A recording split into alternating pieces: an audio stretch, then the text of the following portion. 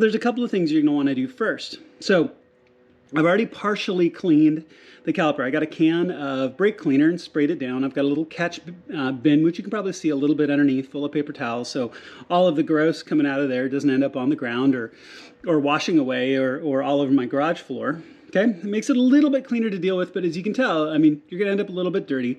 You can also wear shop gloves, which I always forget. Now, you'll also have your rattle clip right here as well. Now, your rattle clip is an interesting little thing because it will be all crusty and kind of stuck here in place, and it's not going to want to move. Spray this down pretty well. It evaporates quickly.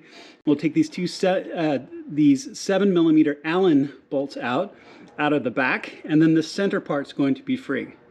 Okay, so I've cleaned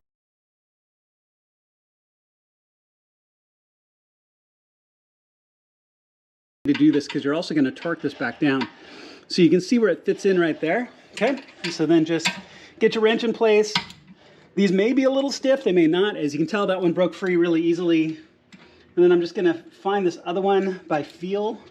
I can even take my socket off, just get it fit in there. And it's really hard to show with the camera around. I know it's around the back and you don't see it really clearly, but you can tell you've got the right things when those caps come out, or if you don't have the caps, it's got these rubber boots around those bolts, right?